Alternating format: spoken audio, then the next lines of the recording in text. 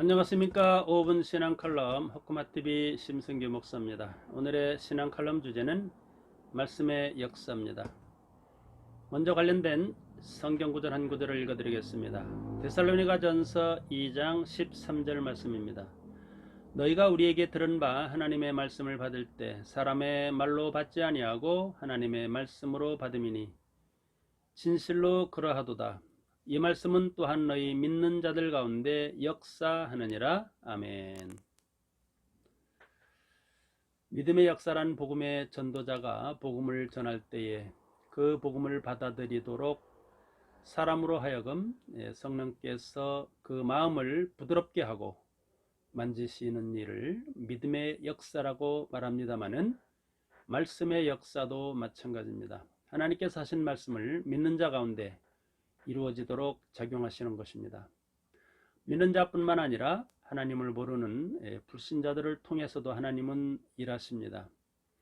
페르시아 왕 고레스가 좋은 예가 됩니다. 그는 하나님을 알지도 못하고 믿지도 못하는 그러한 왕이었는데도 불구하고 하나님의 명령을 따라서 이스라엘 백성을 바빌론 포로에서 해방시킨 왕이었습니다.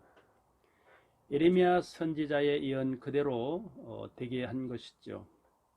이처럼 하나님의 일하심을 역사라고 하는데 하나님 자신이 하신 말씀은 반드시 그 말씀 그대로 되어지도록 책임을 지십니다.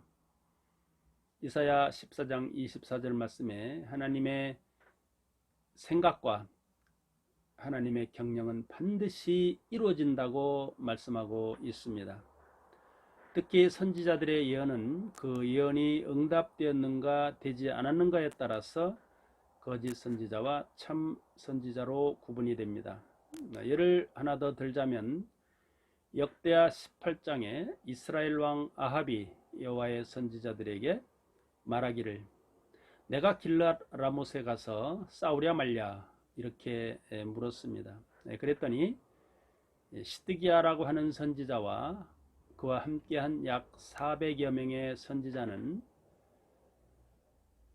왕이시여 전쟁에 나가면 반드시 승리할 것입니다 라고 예언을 했습니다. 그때 미가야라고 하는 선지자가 있었습니다. 그 사람은 왕에게 이렇게 말했습니다. 왕이시여 나가면 죽습니다 라고 예언을 했습니다. 그 결과 미가야는 참 선지자가 되었고 시드기야 및 사백이는 거짓 선지자가 되었습니다. 왜냐하면 하나님께서 미가야 선지자를 통해서 예언하게 하셨던 그 예언을 이루셨기 때문입니다. 이 말씀을 근거로 하나님의 말씀을 두렵게 생각하는 사람은 그 말씀에 대해 반드시 순종하게 되어 있습니다. 그러나 교만하고 스스로 잘난 사람들은 하나님의 말씀을 무시하고 그 말씀을 따르지 않게 되어 있습니다.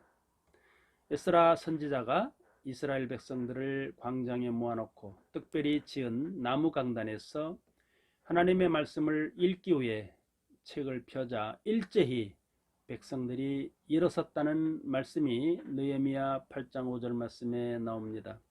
그 백성들은 70년 동안 바빌론에서 포로로 살다가 돌아왔기 때문에 사실 하나님을 잘 모르는 상태였습니다. 그런데도 불구하고 그들이 하나님의 말씀을 펴자 일어났다 하는 것은 그들이 하나님의 말씀에 대해서 어떻게 생각하는지 그 자세가 잘 나타나고 있다고 보아집니다.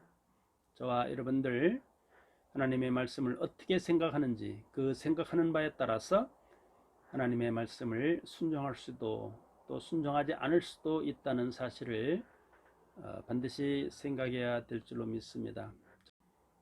저와 여러분들은 하나님의 말씀을 무시하기보다는 하나님의 말씀을 존중히 생각하고 또 경외하는 마음으로 그 말씀을 잘 지켜서 하나님께로부터 축복받는 또 그 은혜 속에서 살아가는 저와 여러분들이 다 되실 수 있기를 주의 이름으로 축복합니다. 감사합니다.